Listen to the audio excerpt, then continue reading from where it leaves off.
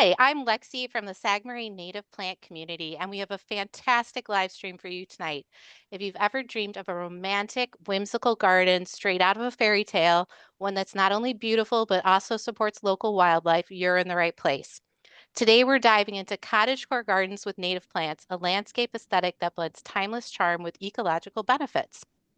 We're thrilled to welcome ecological horticulturist Katarina Holecek, who will be sharing her expert tips on designing a native plant garden that's both enchanting and sustainable.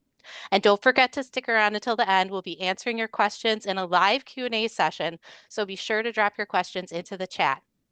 So grab a cup of tea, settle in, and let's get started. To kick things off, here's Kathy from Sagmarine to introduce Katarina. Hi, everyone. Thank you for joining us. Before I introduce Katerina, or Kat, she likes to be called, and it's a lot easier for me, less of a tongue twister. I want to ask you if you would please like this video and subscribe to our channel. It really helps our channel to grow and get this vital news about the importance of native plants and the fun of and beauty of native plants to more and more people. Katarina Holecek is a passionate professional in ecological horticulture with a strong background in environmental science and native plant conservation. A graduate of the University of North Carolina, Chapel Hill, with a Bachelor of Science in Environmental Science, she gained valuable experience as an intern and nursery assistant at the North Carolina Botanical Garden, a renowned nonprofit conservation organization. After relocating to Chicago, Katerina joined the Display Horticulture team at the Morton Arboretum, where her interest in garden design and public education flourished. Most recently, she's honed her skills as a horticulturist at the Lurie Garden, blending artistry and ecology in one of Chicago's most iconic landscapes. And we are so fortunate to have Katerina with us tonight to talk about how to create a cottagecore garden with native plants. Welcome, Kat. Thank you for the awesome introduction, Kathy. I'm so excited to be here with you guys today and really just want to say thank you to this whole organization, Sagmarine, especially to my friend Chris Barron. He runs a ecological horticulture company, Resilient Design, and he was able to connect me. And I'm just so excited to talk about native plants, designing with them, especially in a cottagecore garden, having that beautiful aesthetic. So I can't wait to share with you guys. But before we dive in, I know that we just went over an introduction about me, but I have a little hello slide. Um, so this is a little bit about me. And like Kathy mentioned, I went to UNC Chapel Hill. So I relocated here about 2 years ago. And since then, I have gained some awesome experience in ecological horticulture, gardening in the Lurie Garden, what I believe to be kind of the future of ecological horticulture and what we're doing here, celebrating native plants in any scenario. Now, I'm also an insect, plant, animal, movie, game, and music enthusiast. I love a lot of things, and I can't wait to talk about them with you guys today. So, as we get started, if we go to the next slide, I want to talk about what is cottagecore and why is it so appealing. So before we get into how to make a cottagecore garden, what is it? And some of you guys might already know. You've maybe heard of cottage gardens, more European style garden, or maybe you've heard of cottagecore as the internet aesthetic, as I heard of it, and many people in the Gen Z millennial generations. So cottagecore is really about celebrating that simple living, that rural living, using the plants that you have in order to create a beautiful landscape, an oasis wherever you are. As Lexi said, it's really something magical, something ethereal, and I think that learning how to make a cottagecore garden with native plants is really exciting because we can gain all of this warmth, joy, application, beneficiary foods, medicines from the plants that grow around us and have evolved with our ecosystems and insects and wild creatures for thousands of years. So I would like to say that cottagecore gardening is really an escape from our urban life, an opportunity to connect with plants, with nature, really come back home. So you'll see that in the pictures here. We have some little bugs on there, some dried herbs, a beautiful cottagecore landscape that is, I will admit, AI generated, but presents the picture of this whimsical landscape. So I am very excited to tell you how to make a cottagecore garden today. So when we're talking about cottagecore garden, I broke it down into 5 different features. So hardscaping, nature-friendly, application, diversity, and density. So if you're taking notes, I would go ahead and write these down, and we're going to go through each of them one by one. So first, we're going to start with hardscaping. Now, hardscaping is really an opportunity to bring some life to your garden without actual life. You know, these are not sentient objects, they're stones, though some would say that they have soul or energy. And I think cottagecore gardening is really about celebrating that. So adding character and whimsy through your other features of your garden. So first, I would like to say wildlife additions. Cottagecore gardening really is about connecting with the plants, with nature, being a part of that natural synergy cycle of life. So if you want to connect with more wildlife, other than just adding plants, you can add a bird bath or pollinator drink station. And I would definitely look up how to do this. Pollinator drink station, you want to make sure that you put rocks in there so that when the pollinators come, they can land on it and not land in the water. And then they can actually enjoy their drink. Nesting areas, making sure that you're leaving your plants up for these wildlife to use. And you know, these plants aren't just for you, they're for everybody within this home. And signage is really important when you have a ecological garden, a garden that celebrates wildlife, so that you can communicate with others. You know, if people have a lawn service next to you, putting up a pollinator friendly zone, make sure they know not to don't spray your chemicals on our garden, please. We want our bugs there, we want our bees there, we want our butterflies. And sculptures and trellises, I think, are just going a little bit extra above and beyond. If you have the time and the resources, I think that they add a beautiful element to your cottagecore garden.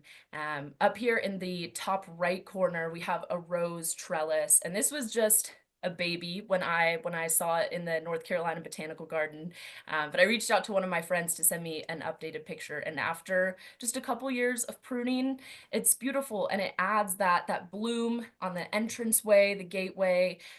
It adds that charm. So having a trellis or sculpture, you could make some art, commission a local artist, or better yet, what I think is the most cottagecore of all is making do with what you have. So taking those extra pieces of wood that you have laying around or stones, using the materials you have on site, or asking your neighbor. This is a great way to connect with people. I know it sounds silly, but I have a friend that knows a guy how to get rocks. So I know if I'm ever making a garden, I can reach out to that guy that knows a guy that knows a guy, and then I can get some rocks without having to pay an arm and a leg for them.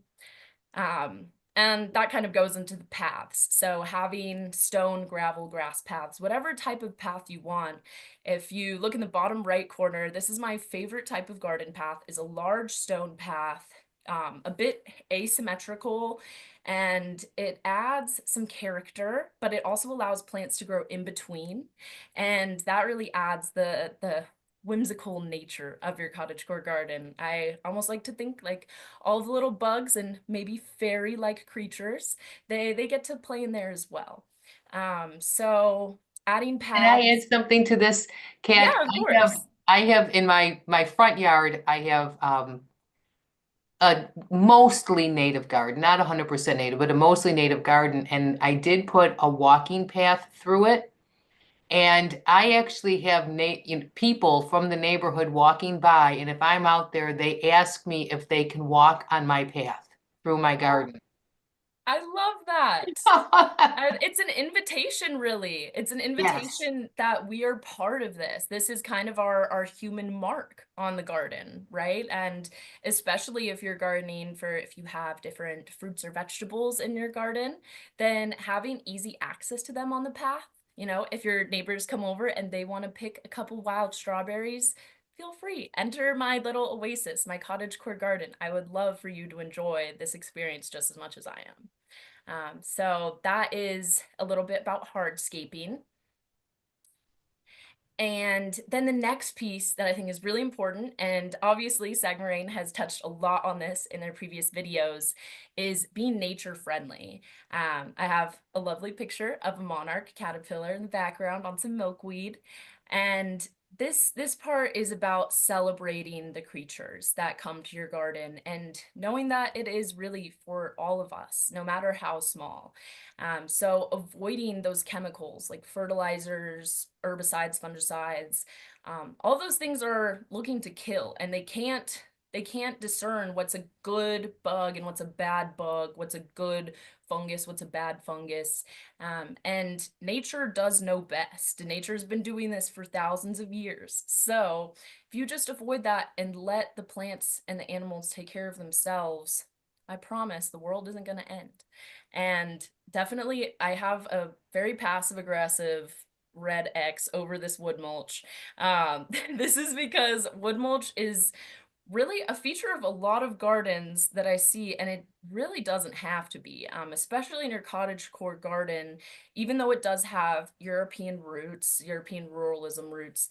The wood mulch, it prevents a lot of your ground nesting bees from getting into the soil, and it separates the plants from each other. And in cottagecore gardens, plants like to touch, as Roy Dibblick says, plants like to touch. They're all in a community. They're all having fun too. Adding host plants, and a lot of host plants are very beautiful as well. So adding milkweed, Asclepias. So this can be any Asclepias that's native to your region, or if you want to reach out a little bit further and do just a family of plants, you can plant anything in the carrot family. Those are for black swallowtails. That's a host plant for black swallowtails.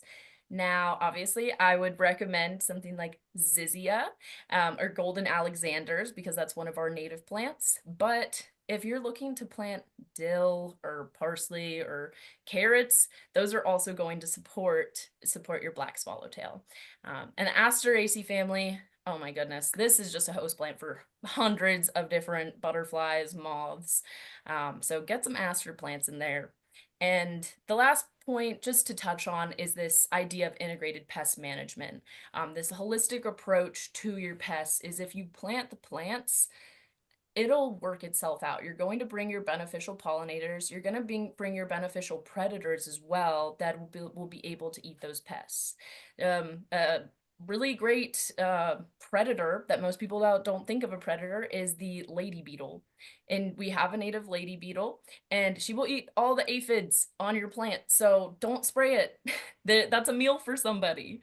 So just making sure that your cottagecore garden is nature friendly. It's good for you. It's good for the creatures, because if you're gonna be eating it, somebody else is gonna be eating it. We want that to be, we don't want any chemicals in there.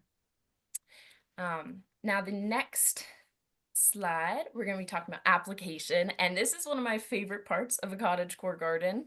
And this is being able to use the plants for more than just emotional wellness or a beautiful landscape to look at. It is really about taking your own step into plants and using them in your life. So you can use them for food, for drinks, medicine, hygiene products. People have been doing it for thousands of years.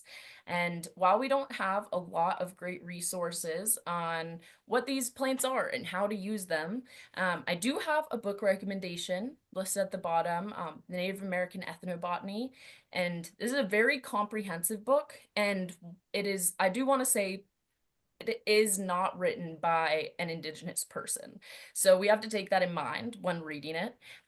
But this is a really good way to see, oh, bee balm. I know that was used for something. You can either Google it or you can open up your book and see, oh yeah, I can use that for teas or for medicine or yarrow. You can look that up. Oh, I can use that to stop blood from as a blood clotter.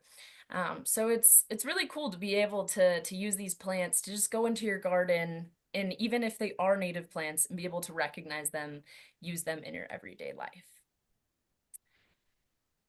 And the next one is diversity.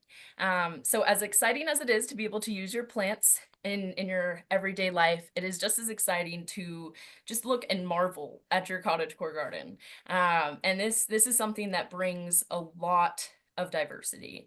And in any native garden, you really want to be shooting for diversity. That's what's going to be most ecologically beneficial. But especially when you're going for a certain aesthetic and something that is supposed to be whimsical, magical, ethereal, you want people to experience those feelings. And the best way to do that is through diversity in your plant selection. So some of these are a bit more obvious than others. Color, it's if you buy all purple blooming plants, it's not going to be very dynamic. So having different colors of blooms, and that might sound pretty basic, but it's really easy to be like, oh, I love liatris, I love echinacea, and I love monarda. And those are all great plants, but they're all purple pink. So if you want an all purple pink garden, sure, but I think if you're trying to really make a cottagecore garden, it embraces all colors of the rainbow, especially some of those ones that are harder to find, like blue. Blue is a tough color to find for plants and for flowers especially. So when you can find that, add it in. It adds a little bit of extra fun. Height, you want your plants to obviously have layered heights to create that interest. And a trick for this, especially in urban gardens, is to put the taller plants in the back or in the middle. So you can build up your plants around them. And this just acts as a natural support structure for your plants, and it helps people understand what they're looking at. They can really follow the layers of your garden. Bloom time, the 3x3 rule. So this is a rule that I just learned at a pollinator stewardship certification class, and I love it, and I'm going to use it in all of my designs because it's hard when you're selecting plants for a small space. Usually you want to put like 50 plants in there, and you can't put 50 plants in there. But if you have the 3x3 rule, which is 3 plants blooming in each of the 3 growing seasons. So spring, summer, and fall, just have at least 3 plants blooming. And that's going to be beneficial for your pollinators, but also for the way that your garden looks. People love flowers, and cottagecore garden is kind of a flower garden. You have a lot of flowers, a lot of different blooms going on. So making sure that you have at least 3 things blooming in each of the 3 seasons. And then shape and texture, I have just little examples of different shapes. And then I have this texture picture in black and white. And the reason why I do that is because it's really easy to tell if you're lacking texture in your garden. If you put it in black and white and you can't tell, there's no diversity still. Your eyes can't focus on certain parts or discern different plants. So if we go to the next slide, I have a really good example of looking at this texture. So if you see at the bottom left, we have 2 different pictures. They're the same picture, but one of them is in black and white. And you would look at the one on the left and you're saying, okay, this is a picture from fall. We have an aster blooming, but there's not really anything else blooming. But you can say, okay, I think this has pretty good texture. You know, the aster is kind of moundy, soft, round. You have, what is that? Maybe a Cedrus sessilaria in front, adding a little bit of less moundy, more thin texture. And then in the back, you have some vertical elements. And sometimes the blooms distract you from that, but if you put it in black and white, you can really see all of those different textures that are going on. So if you're looking at your garden and you're like, oh, it is beautiful, there's so many different blooms, I don't know why something looks wrong here, Generally, it's just a texture problem. You have too much soft, fluffy plants or too many sharp and spiky plants and not enough of them together. Because they really bring out the best in each other. And then of course I had to feature some Amsonia hubrichtii, the threadleaf blue star, because that is just a phenomenal texture plant. And especially in a cottagecore garden, if you're looking to have that texture, that structure without a shrub, Amsonia is a great perennial for that. And it will take up that space. It will create that fall, winter, and then spring and summer interest as well. And all of your perennials that could come shooting up out of it, it's a real stunner. So I would write that one down. And then shape. Now this is also, I mean, all of this is really fun, but shape is fun because you kind of get into your artistic side. So I really love to have a variety of different shapes going on in my gardens. And with a cottagecore garden, I think that it really elevates, makes it very dynamic. Again, I'm gonna say whimsical and ethereal and magical a lot, but that's really what it is. So having your daisy, your disc flowers, mixed next to a panicle of flowers so that it can soften it up a little bit. Having spikes mixed with globular flowers, which is just a globe-like flower. And I'm not trying to use too much technical botanical jargon, but just think diversity in shape, bloom size, color, texture. Um, and right here are just some great plants. So goldenrod, echinacea, blazing star, rattlesnake master, hairy penstemon, and I actually think that's a Queen Anne's lace in the bottom because I didn't have a great umbel picture of a flower. But if you're wondering what umbel is, that is the little umbrella looking flower that's at the bottom. So when you mix these and mix and match them, it adds that interest. That So magical. do you think an umbel would be golden Alexander? Yeah, I would say golden Alexanders. Why can't I think of any off the top of my head? I've really been obsessed with It's these hard, yeah. lately. Now you got me thinking about these shapes and okay, what should and I'm thinking maybe golden Alexander or some of the other, like you mentioned earlier, the carrot family, right? Yeah, exactly. That's where my first thought goes, and then I guess it's really just about expanding after that. If you're like, "Oh, I definitely want more of this umbel flower shape," just do a quick Google search and be like, "What native plants have umbel-shaped flowers?" And I'm sure there's a whole host of plants that maybe I've never even heard half of them. But that's a beautiful thing of working with native plants too, is that there are so many out there, and the amount of availability is just increasing. So if you're looking for something and a nursery doesn't have it, just ask them if they wouldn't mind like stocking it, or be like, hey, I'd be really excited if you put this native plant that has this specific aesthetic value in there, because I think it could be very beneficial. And we're gonna have to work together with our producers in order to kind of make that jump. But that's that's a conversation for a different presentation. But yeah, texture, shape, diversity. That's, if you gain nothing from these two slides, there's just a lot of pretty pictures in front of you. Just make sure that you're contrasting your plants. Don't put plants that are all soft and fluffy next to each other, or else it will just look like a soft, fluffy cloud of nothingness. Now, density, this is a really important part. And this is just how your garden looks. Now, in the beginning stages of a garden, it's not going to be full all the way. You still have to put your plants in the proper spacing. But maybe look up your plants and see what their full sizes are, to make sure that you're truly minimizing that spacing. And you can put these plants next to each other to help support each other. Maybe they are really good companion plants, and you have like a mountain mint that's pretty aggressive. If you put that next to another aggressive plant, like maybe golden Alexander is a good example, then they can help balance each other out, and they're still touching. They're still friends. They're part of a community. And when you're making your cottagecore garden, it's really about creating that semblance between your space, and having it flow throughout. And if you have lots of patches of bare soil, bare ground, or just mulch, that's not really a garden. It's just a mulch garden, which we don't want. And that's not magical or whimsical at all. So make sure you're planting pretty densely. You want to minimize your bare soil, and this is also going to help you do less weeding.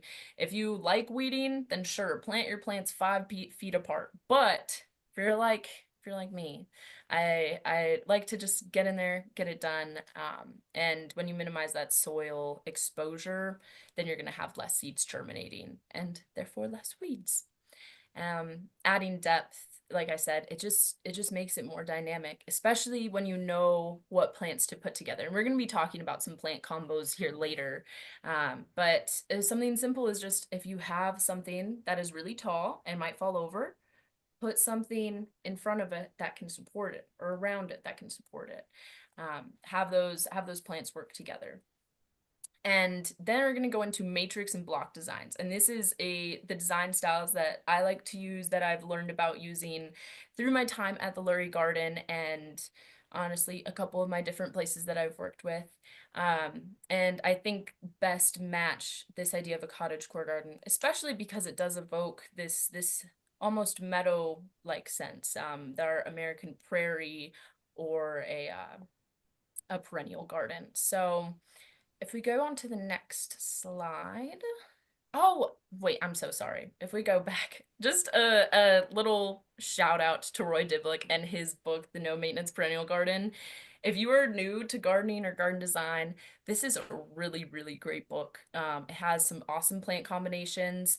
It features native plants. It also has non-native plants, and you can just take that with how you will. I think that about a 70-30% ratio is good. It doesn't have to be all or nothing. But yeah, that's a great book for making different designs, and he has designs in there that you can just take out and plop your own plants into. So yeah, just wanted to shout that out. Roy Diblick is awesome. So your two different types of planting styles. So your matrix and block styles. And these are the two I would say are most applicable to cottagecore gardening. So matrix style. And I have these two different pictures. Again, they're both AI generated. It's really hard to find pictures of cottagecore gardens because guys, we're paving the way for this new cottagecore native garden design theme, where we were on the meadow trend, and now we can kind of take what we want from that, make it a little bit more aesthetic, highlight plants that we like, and also use plants that we can eat and use as medicine. So matrix, going back to the topic, matrix style plantings, you have 1 to 3 base plants, and this is so that it'll mold your whole design together. So if you think about it like you have a plate, and you're just filling it up with one color or 1 or 2 colors on the bottom. And that is going to be your living mulch, and it could be ground covers, it could be grasses, it could be sedges. I would probably recommend grasses if you're in a more sunnier environment. If you're in a more shady, then maybe more sedges, although there are some sun-loving sedges out there. But I would say what's more available, kind of stick to that. So bunch grasses on the sunnier side, and then ground cover on the shadier side. And within this matrix that you have at the bottom, you're just going to plop in your combinations of blooming plants. And this is really going to evoke more of a natural meadow or natural prairie, more of an ecosystem that you're creating. And it's not that it's more of an ecosystem than a block planting, it just looks that way. That's what we see in nature. And so that is one of the styles of cottagecore gardening, is it's a little bit more intermingled. Now, the only thing that I will say about this style of gardening is that it is higher skilled maintenance. So you do have to know your plants and what they look like at different stages of their life, and be able to go in there and spend the time to make sure that your garden is you know, within state, making, how would you say this? Presenting your idea of a cottagecore garden without getting a little bit too out of hand. So while it is really appealing and it's what I would tend to go for, I know that for my space, it's smaller and I don't have much time to work on it. So I would probably go more towards a block planting. And block plantings are very popular right now, just as well as matrix plantings, but they are a little bit easier to maintain. So you can go in, you have your groups of perennials, and these are generally swaths, blocks, ununiform shaped blobs, essentially, if you see them on paper. They can be any width. I would recommend about 2 to 3 feet wide so that you can really make your impact with that plant, put it next to another plant, and that plant can also have its impact as well.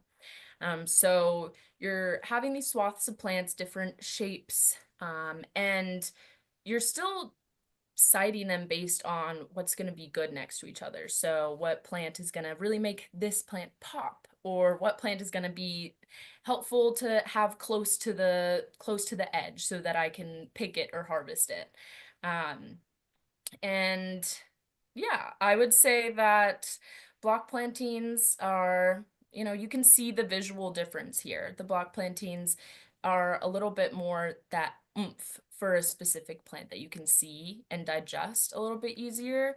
And matrix plantings are a little bit more, for lack of better words, chaotic, but in a great way, chaotic. And I'll be showing you guys some different designs with the matrix and block style plantings so you can get a better idea. But if you're taking notes right now, the main differences are the amount of maintenance and how you're actually drawing that design and what it'll look like at the end. Oh, native plant alternatives. So when I was thinking about cottagecore gardens, I obviously thought of just cottage gardens, of course, first of all. And then I was thinking about the fact that there's a lot of non-native plants for us because cottage gardens come from Europe, maybe UK, that area. They have a lot of plants that are not native to here. And a lot of beloved plants, lavender, foxglove, daisies, hydrangeas. So I was thinking what would be the best way to give people some easy tips for replacing these plants.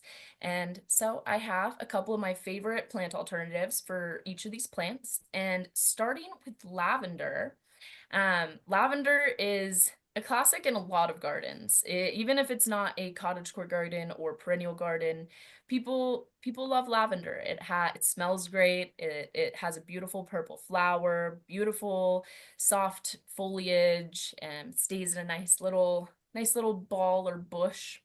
So I wanted to give some alternatives that mimic different aspects of lavender. So if you are buying lavender for your garden because you love the purple, you love the way the purple looks, you couldn't care less about the medicinal benefits. You just love purple. I am a very big purple head, love purple in a garden.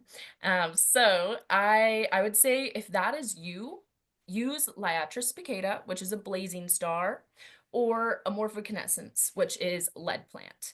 Now, these are both plants that can take a little bit of drier conditions, sunnier conditions, and they have these beautiful purple blooms. They are just real showstoppers every single time that I pass by a blazing star or a lead plant in Lurie Garden, in any garden really. I have to stop and look at it. And that's really a feature of a cottagecore garden, is it makes you stop and just appreciate what you have and what's around you. So those are more aesthetically replacements for lavender. And if you're using lavender for its medicinal benefits, for the fact that you can make tinctures out of it, you can make medicine, you can make tea out of it, you can drink it, then I would suggest one of these three that are on the right. So we have Monarda punctata, which is horse mint, or it's a type of bee balm, Verbena stricta, type of verbena, and Agastache funiculum, which is our anise hyssop.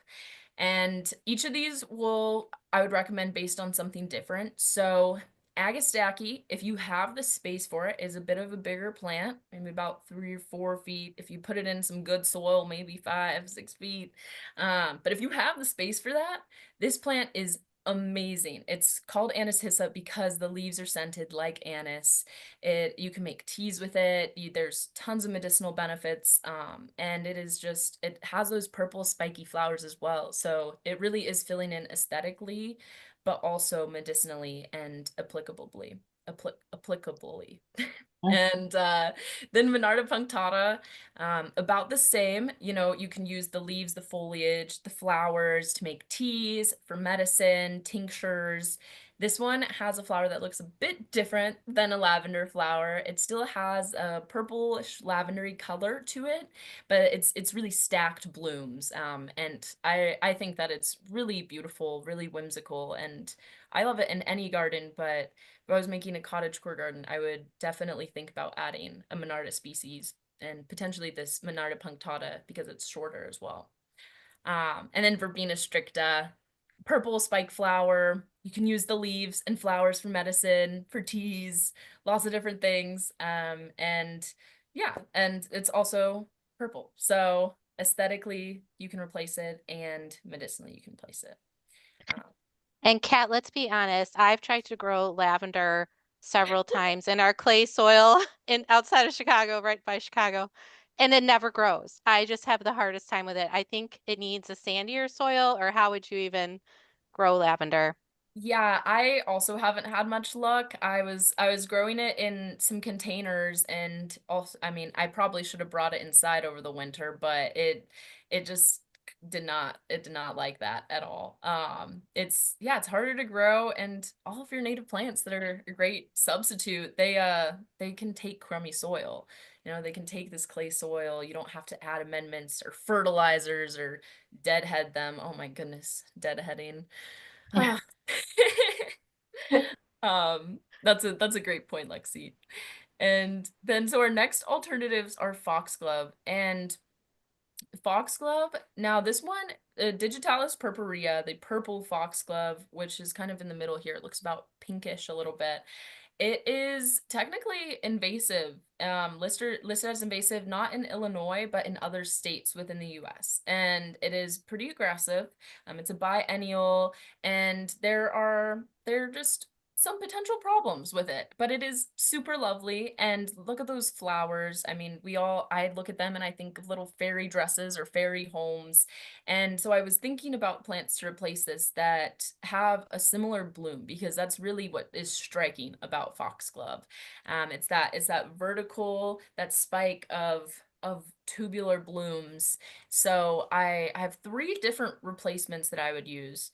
And the first one is Chelone obliqua, and this is pink turtle heads. And this is going to be a good plant to replace it if you have moisture conditions. So it does need a little bit of moisture, but once it gets going, if it likes the site, it spreads rhizominously, and it can create some beautiful patches. And your pollinators, your hummingbirds, all of your guys with the longer tongues that love those tubular flowers, they're going to be very happy. And you're going to be happy when you're sitting at them, looking at them, thinking about how magical your life is. So that one I would say is a great plant. Another great replacement is Physostegia virginiana. This is obedient plant. And some of you, if you've worked with obedient plant, sometimes it's not so obedient. It really does love those moist conditions. So if you put it in a drier site, it's not going to spread as much. It's not going to be as happy as it can be. And we know that some native plants are very opportunistic. So it's important that when you're placing these plants for replacements, you're siting them correctly so that they can do what you want them to do in your landscape. Um, and then the last one, this is a classic, Penstemon digitalis. This is the beard's tongue, and it has those similar flowers. It is a great ground cover as well. It's semi-evergreen, and it can take just about any soil. I have a really crummy patch of I wouldn't even call it soil. I'd call it dirt probably, outside my apartment, and I sprinkled some penstemon seeds. They came up, they bloomed. It was beautiful. It's the only thing that bloomed there. And it's dry as a rock. There's no sun, there's no moisture.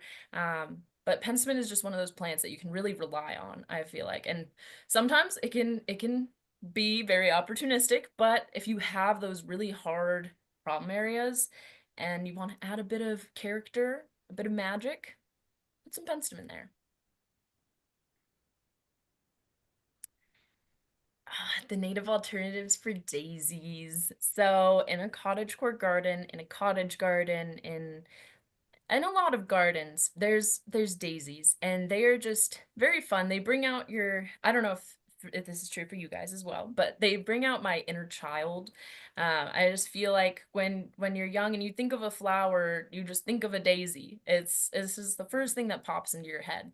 And I think that the way that they're structured, you know, the disc flowers with the rays coming off of them, it's really just, you know, it's nostalgic, it connects to your childhood. So I think that these are a really good plant to mimic in your garden, in your native cottagecore garden. So there are so many Asteraceae plants that have lovely daisy-like flowers, and this is by no means a comprehensive list of all the ones you could replace daisies with. But these are just some of my favorites, and some ones that I think will maybe be a little bit more well-behaved in a garden setting. So echinacea, purpurea, purple coneflower, you gotta have it. You gotta have it in your garden. I mean, Lexi has it in her background. I love it. And you can't have a native garden without echinacea in it. It's a must. Those bright purple flowers, pink flowers, and then their seed heads afterwards. That adds another season of interest, even more so than just a regular daisy. And same thing with your black-eyed Susans. Now, there are many different species of black-eyed Susans, and I would say if you're looking for a specific species that will do well in your garden, this is showy black-eyed Susans, Rudbeckia fulgida, variation speciosa. It's a mouthful. But these guys, even though they do seed around a lot, they're aster plants. They create hundreds of seeds per flower cap. They're way more well behaved than your other Rudbeckia species. They have nice little clumps. We have them at Lurie Garden, and when it gets too big, we just divide it, move it out, send it to a friend, compost it. So those are a great replacement. Erigeron pulchellus, this is robin plantain, and it has those beautiful small daisy-like flowers that really mimic those typical daisies we think when we see daisies. Now, these also have a great semi-evergreen foliage. So throughout all seasons, these won't leave their seed heads up, but their foliage will stay there and you'll get a nice ground cover so you won't have all of your winter weedlings coming in there and colonizing. This is a new plant for me, Kat. So Really? yeah, I'm not familiar with this one. What conditions does it like? This plant, I would say maybe part shade. We have it on a little corner in Lurie Garden. It's part shade underneath a magnolia tree, and I would say maybe mesic to drier. I don't think that it needs too much moisture. But it is also a new plant for me too. We got this recommendation from Roy this past season. So we're enjoying its winter interest right now and excited to see what comes from these couple of plants that we popped in. That's And what was the very common good. name for that one? Robin's plantain. Robin's plantain. Got it. Yeah. Another Origeron that's really cute is not it. This one is a perennial. Another Origeron that is not a perennial is Origeron philadelphicus, and it has these beautiful pink rays on it. Now it's a annual or biennial, so it'll come up in different places from year to year, but it is if you love a little daisy and you don't need like a specific patch for them to be in every single year, that one is also a really very cute one. Origerons, the fleabanes are just very adorable. They're very, very cute. So that one is definitely a must. And then Symphytrichum oblongifolium, the aromatic aster. This one is great. It gets so many blooms. There are a couple different cultivars like Radon's Favorite or October Skies that increase the bloom time. But this one, I think the straight species all by itself does a magnificent job fulfilling your fall interest and your fall pollinators.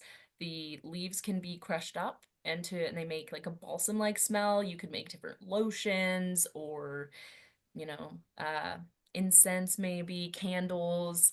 So there's a lot of great uses for the aromatic aster, and that is a bit moundier. It'll get a bit bigger, but if you Chelsea chop it in May to June, you'll be good.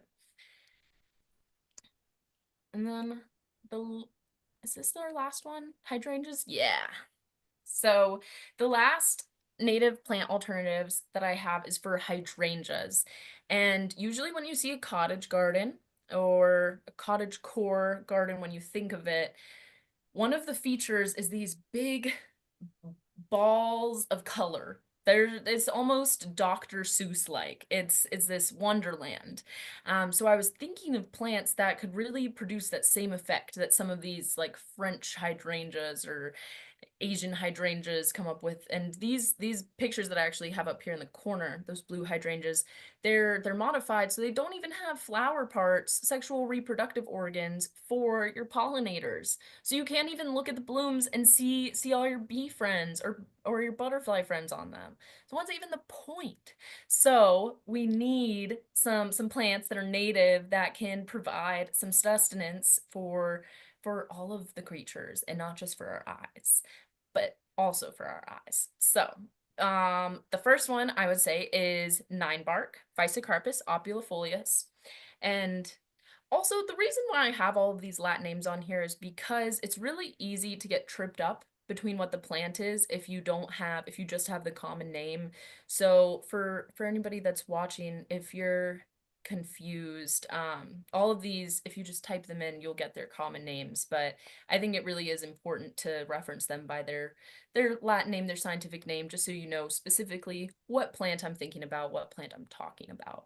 But anyways, so ninebark has these beautiful white clusters of blooms, and this one you need a little bit more space for. I will say it gets rather large, but if you have space for a shrub, this is a great one to put in, and I mean, I was just marveling at it all season. It bloomed throughout the season multiple times. The seed heads after it blooms look like little candies. They're just I know I shouldn't eat these plants all the time, but sometimes it just looks like you want to. Like the Queen of the Prairie, that looks like cotton candy. These are just they're so magical, so whimsical, so delicious to the eyes. You don't eat your milkweed, do you? I haven't yet, but I will this year because I've heard some good things. It's toxic. But the fresh what is it called? The sprouts and the unripened fruits. You can eat those. Yeah, Kathy, we'll have to make some milkweed stir fry this season. And yeah, so you don't want to eat them when they're at different points of their life, but there is definitely some times when you can't eat them, and they're pretty good. Well, actually, I've only heard this. Haven't tried it yet, but we'll try it this year. Um, Anyways, Queen of the Prairie, beautiful floriferous plant. It has that panicle-like flower, and it just looks like cotton candy. It's naturally this beautiful pink color. It's in the rose family, like some wetter conditions, but I would say that if you have the site conditions for it, it is a wonderful plant, and it'll really be a showstopper when it's in bloom as well. Amsonia hubrichtii. I will say this is technically not native to Illinois. It is native to a very small portion of the US, Arkansas and Oklahoma, I believe. But it is pretty widespreadly used. And if you want a very specific native alternative to it, Tabernet, Montana is a great Amsonia as well. But the hubrichtii I would recommend just because it has this phenomenal fall color and winter interest as well. Now, your Tabernet Montana does have that, but it just doesn't have as much. So if you're really looking to have that oomph, that aesthetic impact, I would go with the hubrichtii. So this it has these beautiful blue flowers. They're little star flowers covered in them through the spring, and this is gonna be one of your earlier blooming plants. So it'll help, the pollinators will be excited, you'll be super excited, and you pair it with some other plants, and it's just a wonderful plant that'll, it also has those blue flowers, so it'll substitute great for your blue hydrangea. Um, and then just straight up hydrangea arborescens, our native smooth hydrangea. Guys, I don't know why we're sleeping on this hydrangea. It is it is so good. If you look at it, you can see it's a lace cap formation. So those tiny small flowers that look like little soft fuzzy plumes, or maybe plume isn't the right word, but they little landing areas for your pollinators, and all of those have pollen and nectar. So you will see your bee friends on them. You will see your little beetles. You'll see your friends, your guys, your bugs, your creatures, and then you'll see your bird friends as well. Um, it's a beautiful plant, and it's a hydrangea. So if you really want that hydrangea, specifically genus specific, then hydrangea arborescens is your plant. Would that be one of your umbral shaped flowers? Actually, that's a really good point, Kathy. I was like, wait a minute. So yeah, this is a great umbel-shaped flower.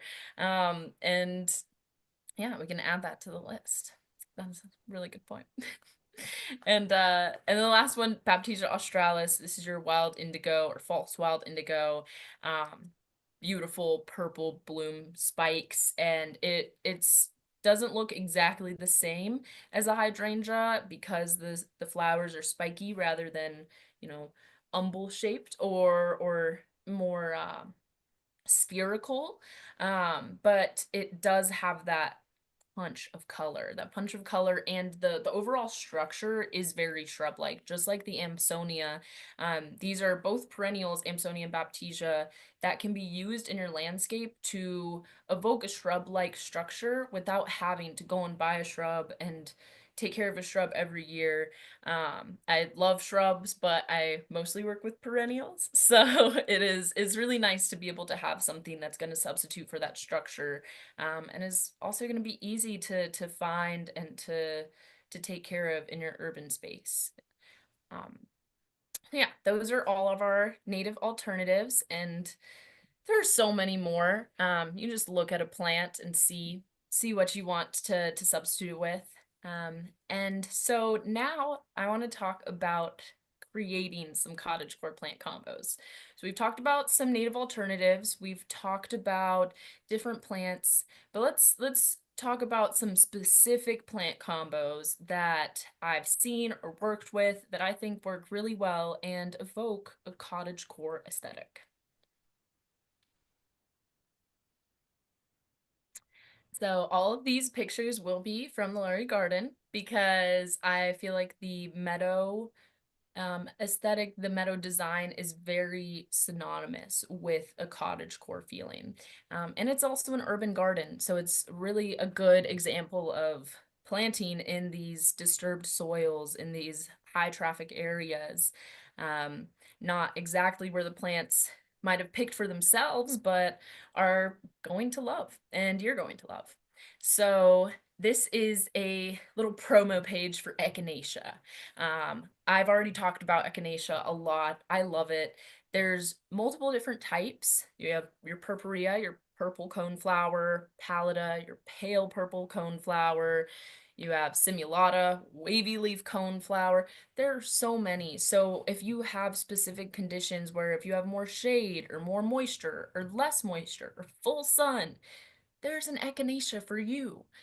And I feel like one of those ads, there's an echinacea for you, but there really is, and it can really add a lot of fun structure, fun color, and interest all season long.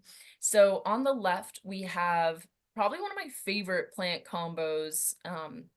Here is the Echinacea purpurea, your Agastache funiculum that's in the back there, and then the Calamintha nepeta that's at the front. Now, your Calamintha is not a native plant. This is a non-native plant.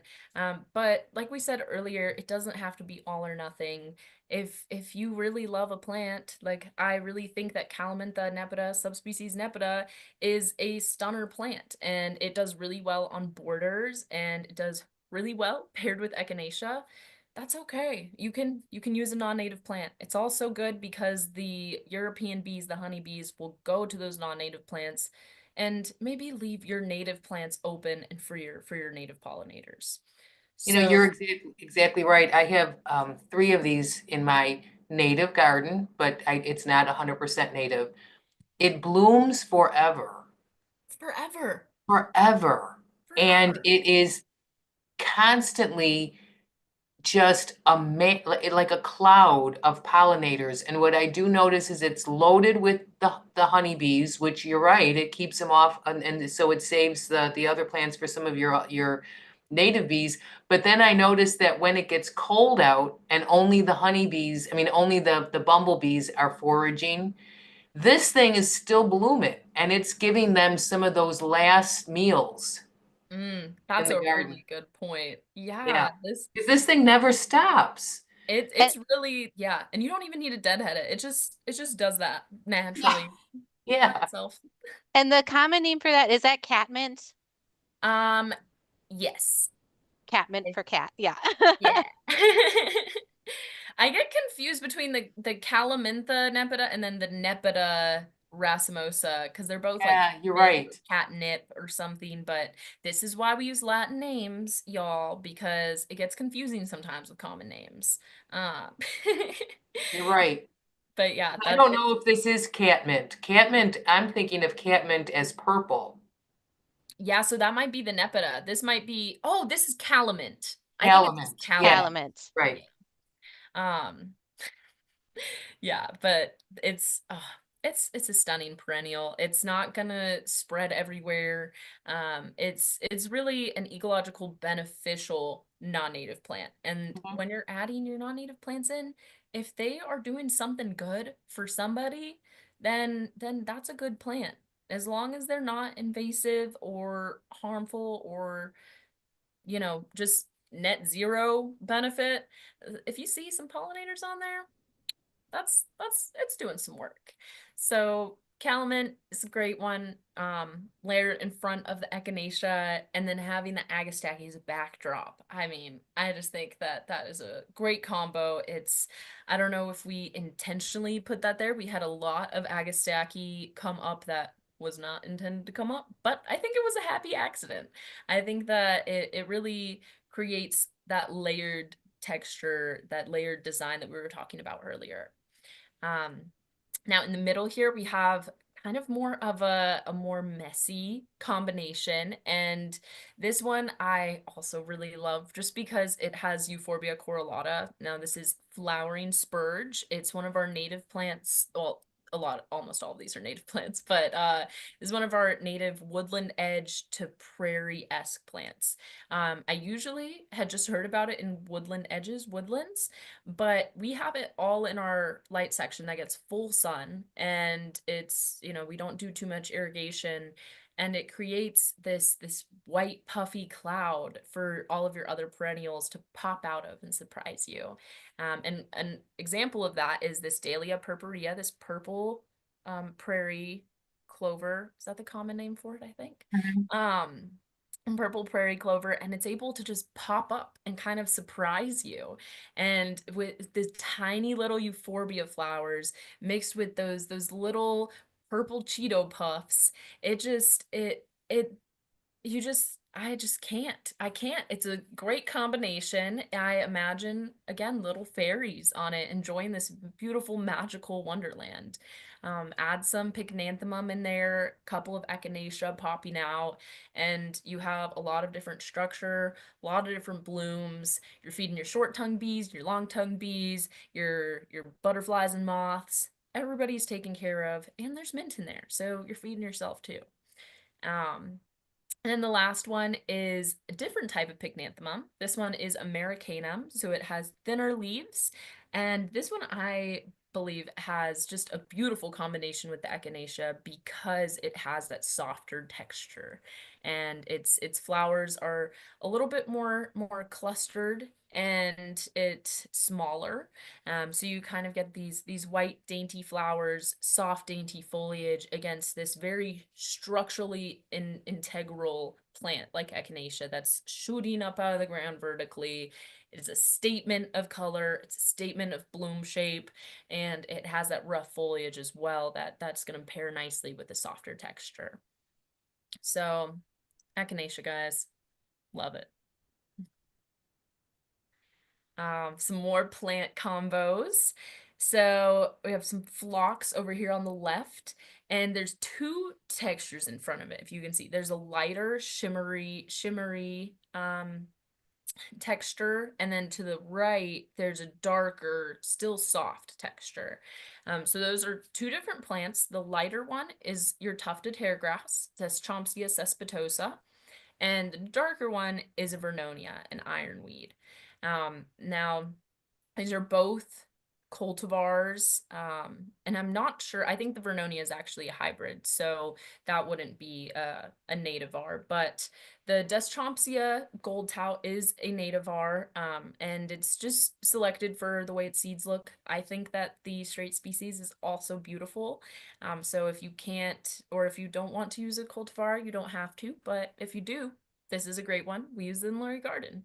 And I think that these two textures look beautiful next to the phlox, especially because the phlox is so vibrant and it's poking out, it's going everywhere, and then you have these very almost geometric like shapes in front of it, kind of bringing you back. The Vernonia, just like Amsonia baptisia, kind of has that shrub like structure, and that just mass of Deschampsia, it provides that as well. So it kind of breaks up that phlox, makes you enjoy it more. And if you can see, it might be hard to see if you're looking at this pretty small picture, but the phlox is all different shades of pink. And this is specifically because it is a straight species phlox, Phlox paniculata, our garden phlox. If we had a cultivar like the one you see on the right, Sweet Laura, it would all be one color. It would all be the same flower color. But because we have the straight species, we have that genetic diversity. And that is one thing that I think really adds to a cottagecore garden, is that natural variety. Now you can of course use cultivars, but if you're looking for a little bit of natural variance, some randomness, things that add interest and intrigue to your garden, playing with some straight species, especially something like phlox, I think that it's a great idea. Now to the phlox that's on our right side, this is the Sweet Laura cultivar. It's just a beautiful light pink. And like I said, there's nothing wrong with your cultivars as long as you're making sure that your pollinators aren't getting affected by their change in color or shape. And mixing this phlox with a spiky Burnet. This is our white American Burnet, Sanguisorba canadensis, and this is on a edge. This is very dry, but I usually see Sanguisorba canadensis in very moist places. This just goes to show you our native plants, though they may say one thing, they can do a lot of things. They will tell you if they're not happy, and then you can just move them. So again, this is a very structure and textural juxtaposition between your round, fluffy phlox and your very spiky, vertical Sanguisorba. But again, if you look at the picture on the left, they're both very fluffy, very round, but you can still use that to your advantage to create some diversity, some texture differences. And then in the middle, we have Rudbeckia and our Stokes aster, and I just think that that's a notable plant combo mention because they're both very bright, very beautiful. I love purple and gold. It is, royalty colors. It just catches your eye. And I imagine that, every person that walked by and sees that mix, even though they have similar flower structures, just the juxtaposition in color is just so striking.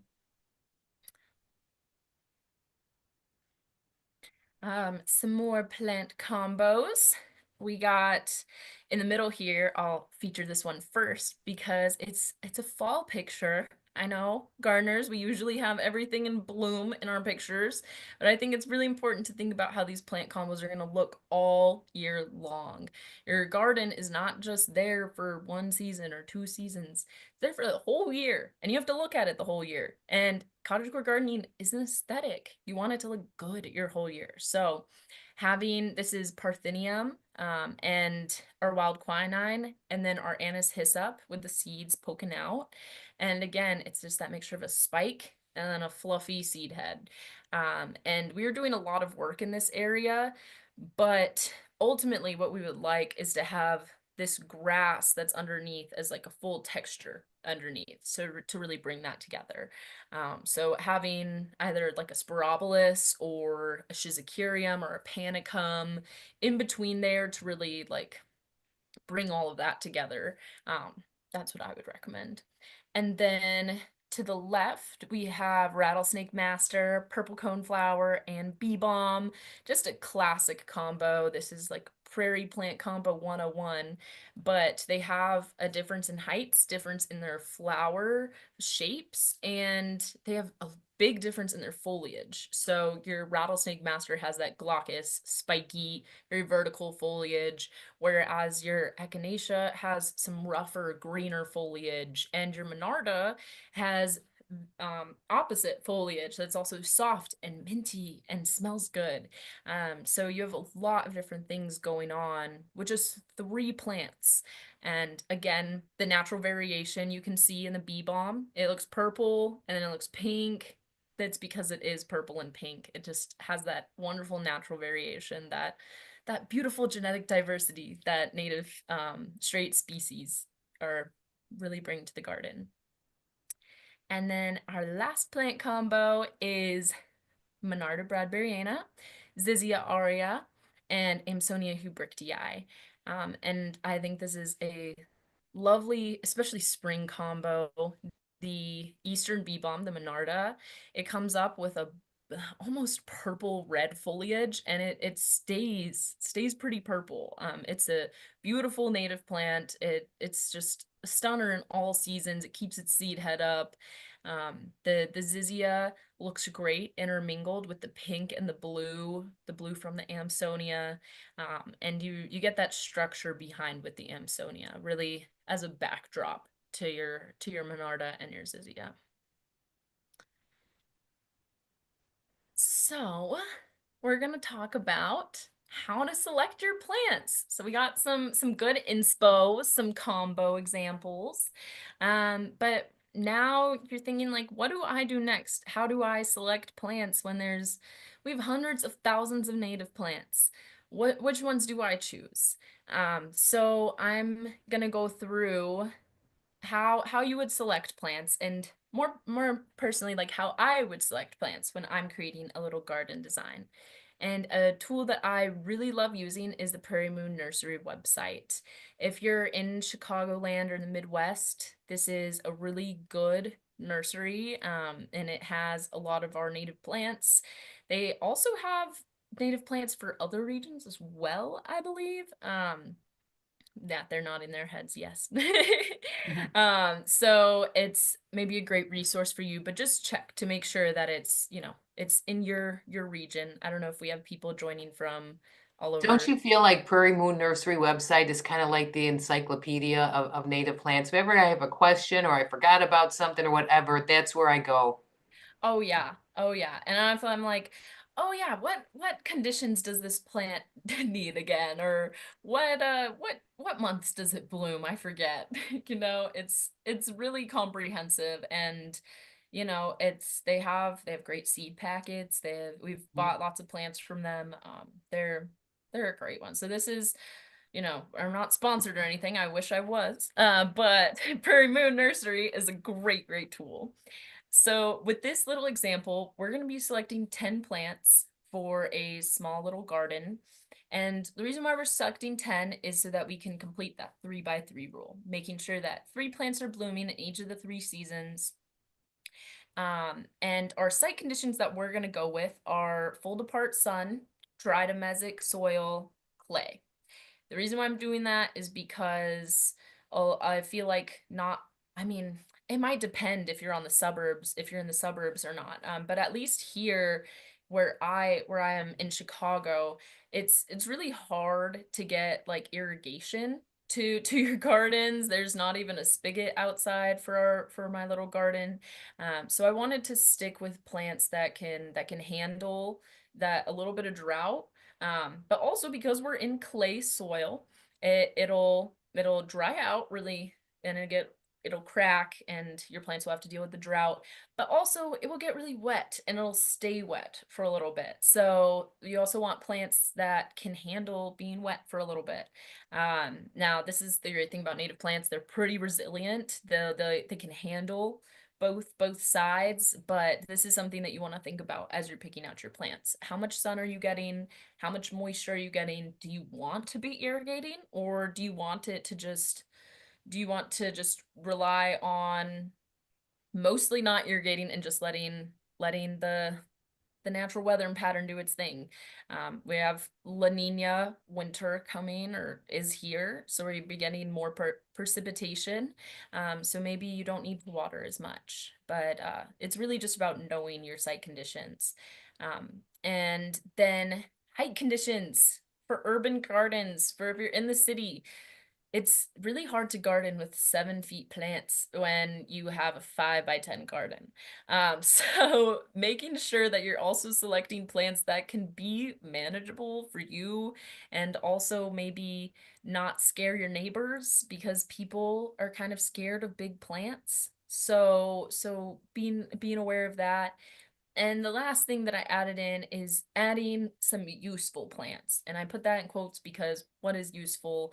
That is a whole philosophical thing. But in this case, useful meaning applicable to be used as food, medicine, personal care product, incense, candles, any type of thing, ethnobotanical properties.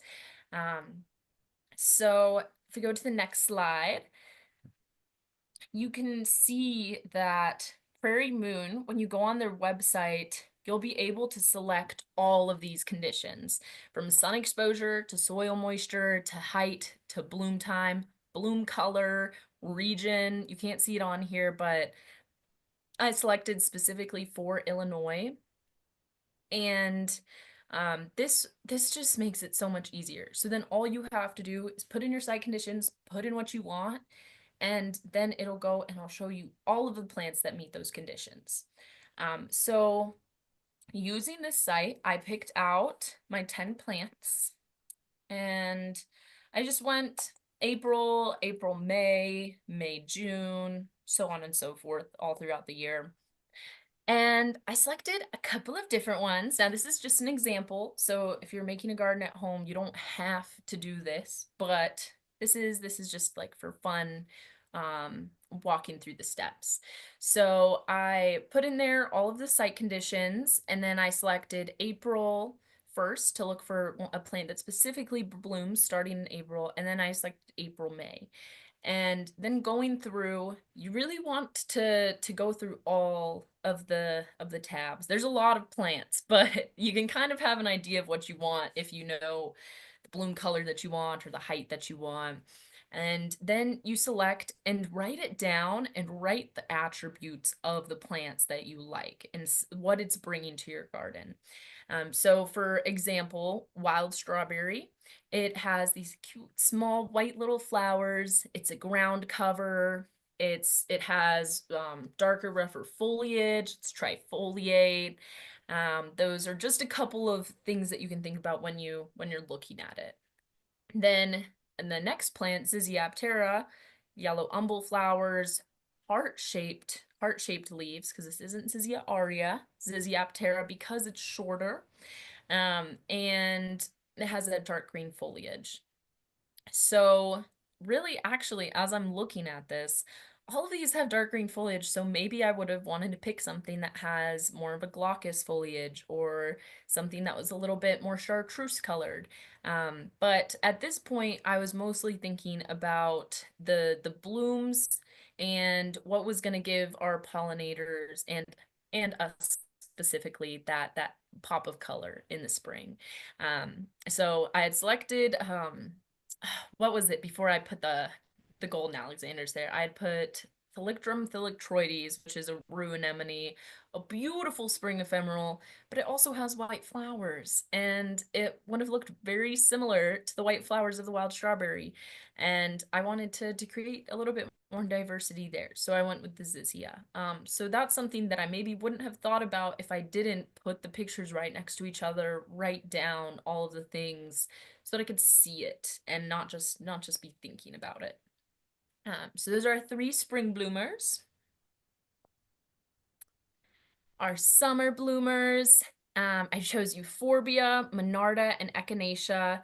Now this one is really hard because there's so many great summer blooming flowers, and there's so many things that we want our gardens to be, right? We want them to have specific flowers, and we want them to have specific flowers or foliage for our pollinators or for our butterflies. So I was really struggling between Euphorbia correlata, the flowering spurge, and Asclepias verticillata, our world milkweed. They both have white, dainty flowers. They're both pretty vertical, but ultimately I went with the Euphorbia because in this example I wanted to go more aesthetic, and I simply am a sucker for flowering spurge. I think that it looks absolutely wonderful with an echinacea, especially Echinacea pallida. And that's just something that you're going to have to decide when you're making your cottagecore garden is you're gonna have to sacrifice small things for other things because we can't have all of the plants that we want in our garden on the first year, even though we want to. It's hard, but you have to choose. And aesthetically, Asclepias verticillata, although it had small white flowers, it wouldn't have been able to give the same effect that the Euphorbia does because it doesn't get as tall.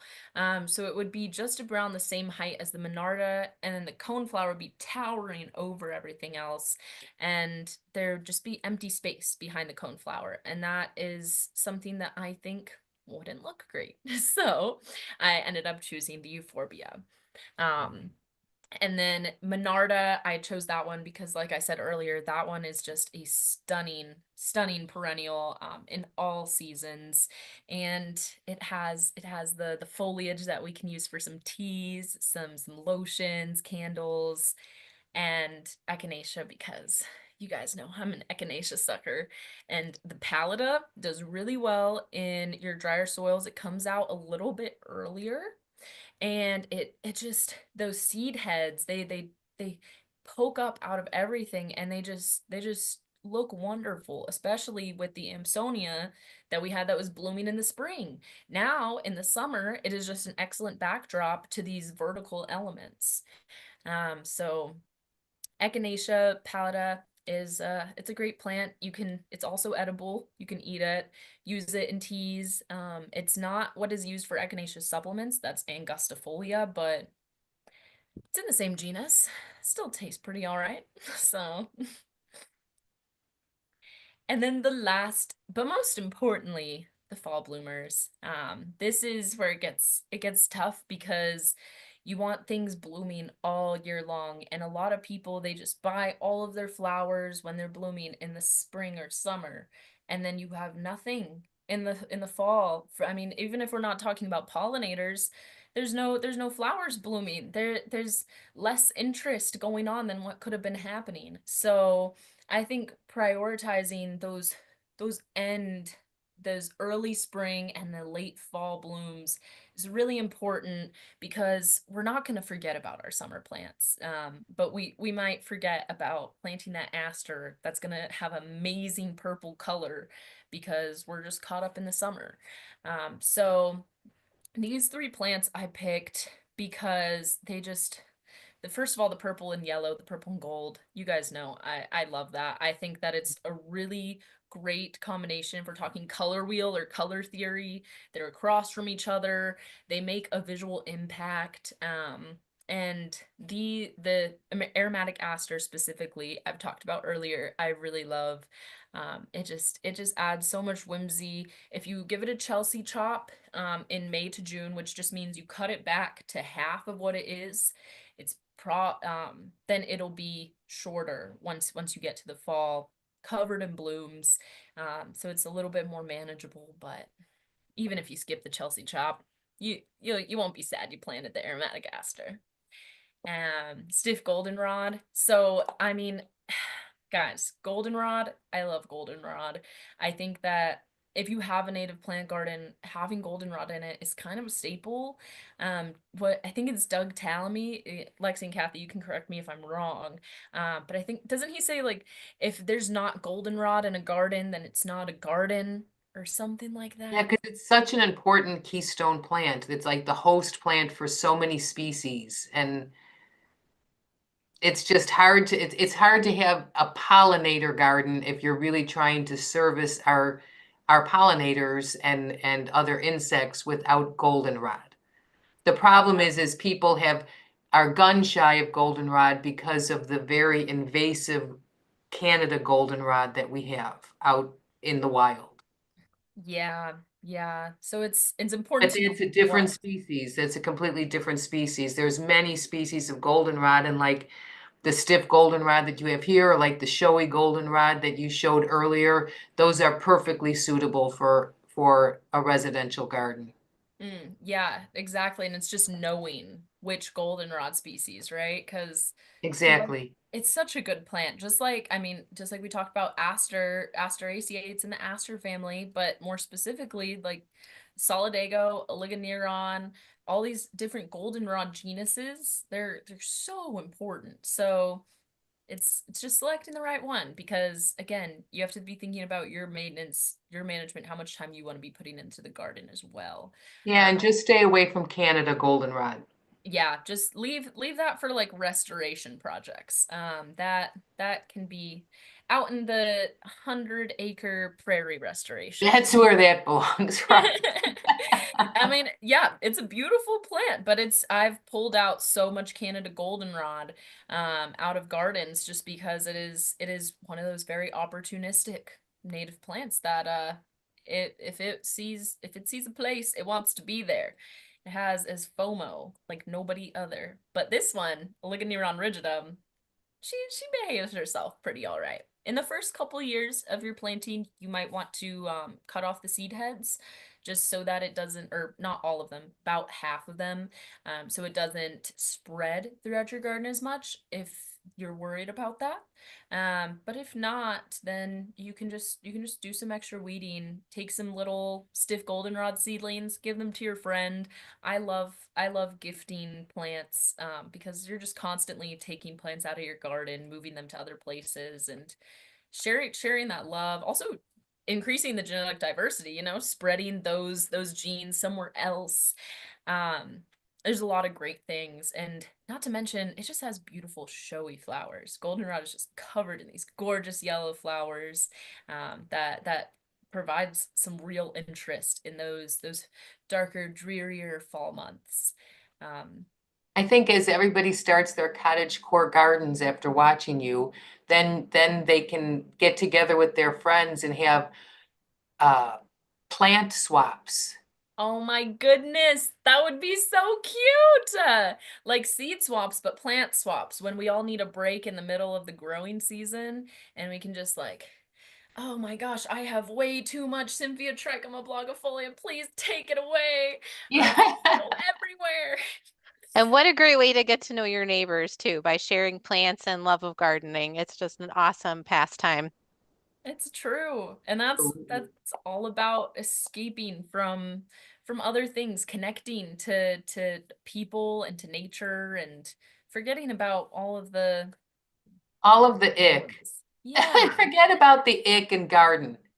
Yeah, Go garden exactly. and forget about all the ick. Exactly. Exactly. So yeah, fall bloomers, really, really important. They'll bring you lots of joy, much needed joy in those fall months. And the last one that I have on here is the hoary mountain mint.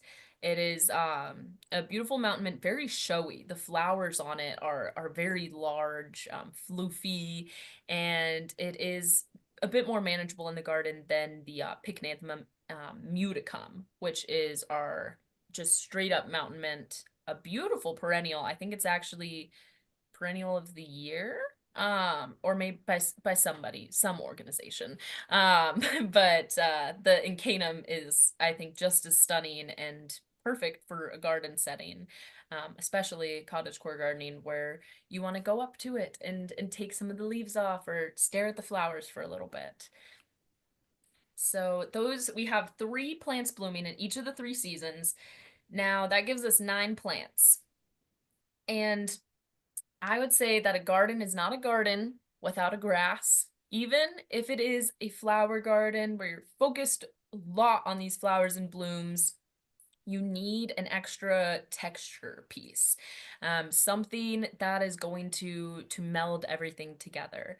And I would, for this one, I selected the little blue stem, our Schizacharium scoparium, because it is one of the most aesthetic native grasses that we have. We have a lot of great native grasses, but little blue stem, as you can see in this picture, it comes out in the spring with this beautiful blue-green glaucous foliage. It's this nice spiky little clump, and as it grows throughout the growing season, in the later summer, you're gonna get those blooms and seed heads, and the fluffy, feathery seed heads, they just add that texture.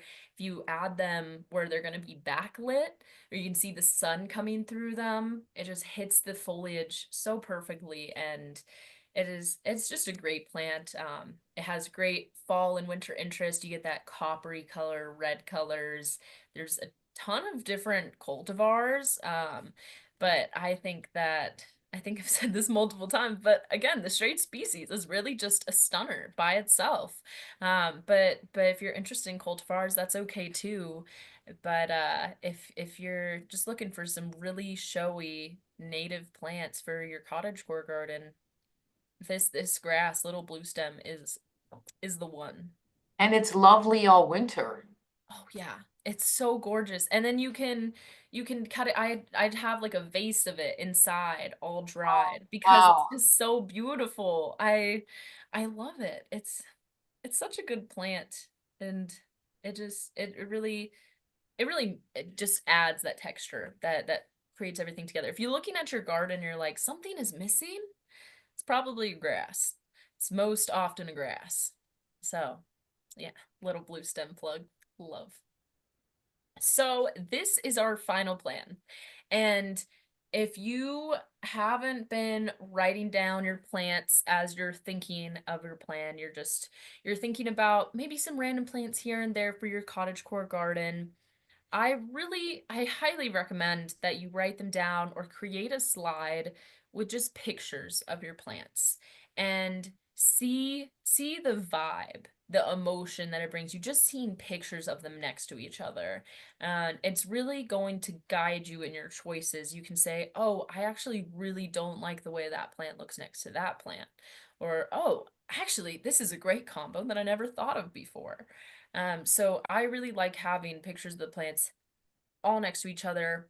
In a perfect world, I would go through season by season and get a picture of each plant in each season and see it next to each other, so that you can really see the full life cycle of your garden and what it's going to look like from poking up out of the ground until it's going back dormant. And here, so I have our list. If it has a little green leaf next to it, that means you can eat it or use it for medicine.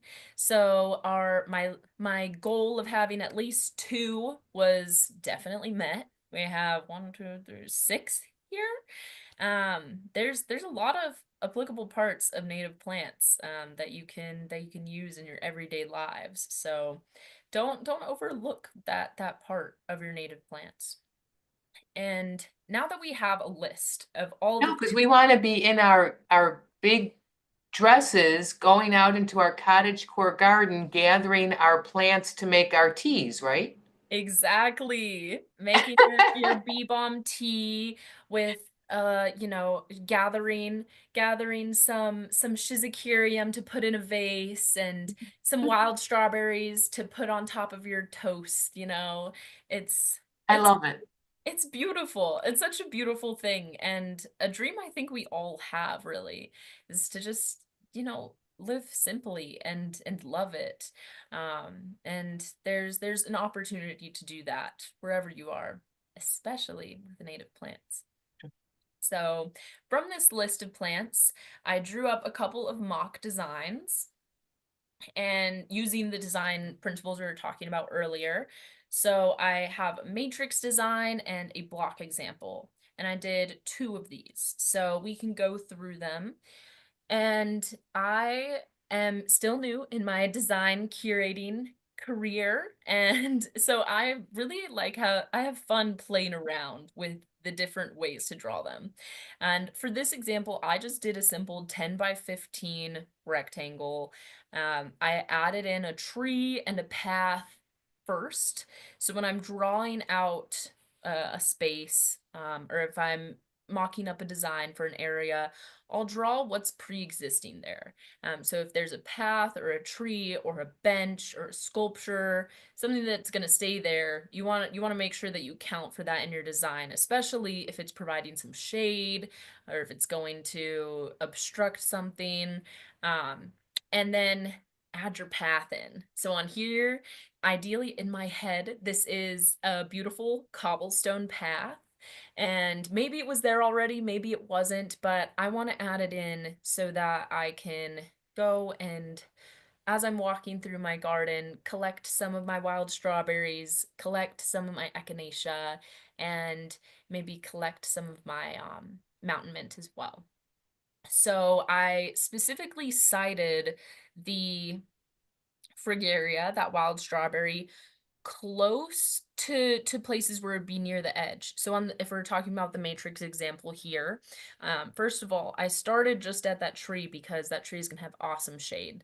So that's gonna create great shade for a ground cover. And I came and I swooped it through so that it would be just along the edge of that path as you're walking through from the right side. On the left side of the path, there's also a couple swoops of that matrix. And these are just going to be planted underneath in between all of your other plants that are going in. Now, the second part of the matrix is the little blue stem, the schizocurium. So that is, if you guys can see with the little key that we have here denoted by those lines. And the schizocurium, I wanted it to be closer to the back, to the sides, in between some of my plants like the oligoneron, some of the echinaceas, especially because I know that that looks really good together. And I did want to bring it up to the front a bit because I think there's something fun about being able to touch little blue stem, especially when it's all feathery and seedy, very soft. And in the winter, like as you're walking by, you just want to like brush it. So that's what I was thinking as I was laying down the matrix. And once I laid down the matrix, then I started adding in my perennials. Now I started with structure plants like the Amsonia and the Euphorbia and the Pycnanthemum. You can see I wanted to write Pycnanthemum muticum there, but we're working with Incanum in this design. It's not muticum. So for these, I just added them around where I wanted there to be a little bit of height and a little bit of more dimension in the planting. So I focused on the larger sections of both the we'll say north and south or top and bottom of this path. And then from there, then I added in plants that I knew looked good with those plants. So citing your echinacea in front of or behind or next to the Amsonia or Euphorbia. So you have that soft, fluffy texture separated by some vertical structural texture from the echinacea. And then adding in some of these plants like the aromatic aster. I know that one can get big and it is very showy, very beautiful. So I didn't want to add too many in. So those I I just added a few. I think I can't remember. I didn't make notes for how many in this one, but one closer to the path so that you can watch all of the aster blooms. One further in the back so that it can kind of light up and you can see it from a little bit further away. Um, and there has to be another one in there because I usually do threes. I have my little triangles of perennials. Um, Can I ask you something? That's just what I was gonna ask you. So when you're doing like traditional, like, more the old fashioned landscaping or gardening, there was always this saying that you plant one or you plant three or you plant five. You always do like uneven, you don't do two or four. Would that go for this as well? Yeah, I would say so. And it's not like a strict rule you always have to do it, but generally most of the time it's what makes most sense. I think I might have a couple where it's like three and then one a little bit further away. Um, so you have like a focal point and then you can like see it like tossed out somewhere. And if you don't have necessarily the space for like three or five plants, it I take it with a grain of salt. Like I usually do that, but if you need to change something as you're doing it, you're like, "Oh, there's not enough space for three or five of these plants." Like two plants will be fine. It'll look okay. And then you can always make adjustments the next year. But yeah, generally triangles or uneven shapes, you want to avoid lines. And also think about one thing that I think about as I'm doing my design is points where you can kind of see through to look through. So you have taller plants, but then you have shorter plants. And I like using those shorter plants as a way to kind of gaze into and get a different view of the garden. So like if you see like the Fragaria that's in that red on the matrix example, how it has the Monarda next to it, the little M. It's if you come at it through the left side, this is kind of hard to explain, but if you can track walking through, then you can get a peek because the Menard is a little bit shorter, the Fragaria is shorter, and you can get a peek almost into and through that matrix of the strawberry. And it gives you a good view of the euphorbia that's behind there, or an echinacea that's poking out. Um so so yeah, just kind of playing around with it. And when you go to plant your plants, it's never going to be exactly how it is on your planting design or how you planned it. But it's good to just have your your idea or the aesthetic, the intention behind it. Like, oh yeah, I put that plant there because I want it to be close to the path. Or, oh, I put that plant in the back because I know it's going to get really tall. Um, or things like that. So that's what I'm thinking about as I'm making these. And then on the right is a block example, and you can see how they're different. How we were talking about earlier, the blocks are generally blocks or swaths or irregular shapes of perennials mix matched all together. You're still putting your structural plants in there first, adding some smaller dots of things in there, but everything is generally in a group. And that just creates a different, I guess, easier on the eyes type of aesthetic that some cottagecore gardens evoke, I would say. But I think that they could both be very gorgeous in their own ways. So on the next slide, I have another example of different matrix and blocks. This is with a different style of path here. So on the left side, again, I really focused on having the Fragaria towards the front, and in this to the top left, you can see that's the only thing I have there, because I want that to be a section I'm thinking of in my cottagecore garden, where I'm going there and I'm just trying to get as many strawberries as possible. I'm trying to beat the rabbits to them. In there just hanging out. And oh, this is a great example in that little section of just one of each plant, like one zizia, one amsonia, one echinacea. And it doesn't have to just be one plant, but maybe one grouping of that plant, that is kind of a mirror image, or not a mirror image, like a throw. If you're throwing your echinacea across your garden design, you can have it in one spot and then kind of trickling through the rest of it, if that makes sense. It's all a bit artsy fartsy, but It sounds like you're trying to make it, it's just like women who try to wear makeup that looks natural, like they don't have makeup on. You're trying to make it look haphazard, but there's a lot of thought that went into it. exactly, exactly. It's like the messy bun, you know? Yeah. Like, oh, this took me nothing, but it really is like you did it just right. You have one hair sticking out perfectly, and you're like, it's natural, but it's, yeah, it's very well thought out and intentioned beforehand. That's a great way to think about it. Um, and then yeah, another block example. And as I was making these, I was doodling them up, having fun with them. I'm still, like I said, new to the whole design thing, but it's fun playing around with like putting your structural plants first or putting your matrix plants first, and it's just about finding what works good for you.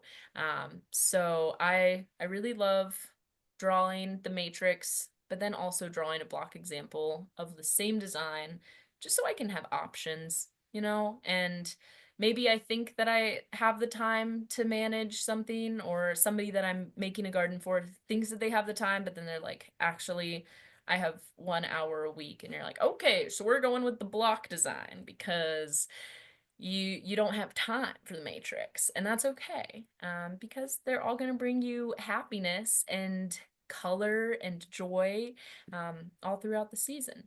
Would you recommend that people just do sections and build? Yeah, that's probably the easiest way to do it. So I just had an example of like a 10 by 15, but honestly, just like a little circle, a little patch, an oblong shape, um, and just jam in some of your cottage core native plants and try and focus on the what's gonna make the most impact with the least amount of plants, I would say. Um, And then so just build as you can, what should they just like then kind of build and add to year by year? yeah, yeah. So what I'm doing for my mom actually is she has a lot of different parts of her grass lawn that she would like to be gardens, but I'm like, okay, we can't do all of it. So let's start with this just one section, and let's pick out what we want it, first of all, what you want to use that space for, how you want to feel in that space, and then just slowly extend it from there, because then you can also kind of decide how much management do I want to put into this. If this is how much work I have to do for my little circle of cottagecore garden haven, then yeah, maybe I can do a bigger section, or maybe I should just stick with that section. And also, I will say you can use a lot of these plants in containers as well. Um, I would steer away from grasses because they have those long tap roots, or not tap roots, long long roots just in general. But yeah, look for plants that have shorter root systems, maybe more rhizomatous growth, like some mints, and your fragaria, your wild strawberry. And you can also just have your containers of plants just on your balcony. I've done that before. I had like a container of mint, a container of echinacea, and I think I also had a milkweed in a container as well. Now I wasn't one of those lucky people that on the like 30th floor got a monarch on my milkweed, but it has happened to people. So it's no garden is too small, really. Um, Especially not for yourself. I feel like doing what you can with what you have is really important, and a part of that cottage core theme is And did all those plants in the containers overwinter well for you? Some of them did. Actually what came back the best, I know I said not to use grasses, but I had little blue stem in there, and that one came back really well. The Echinacea and Monarda did the best, I think. They were the Good to know. Monarda for sure. That the bee balm, that one was she liked it.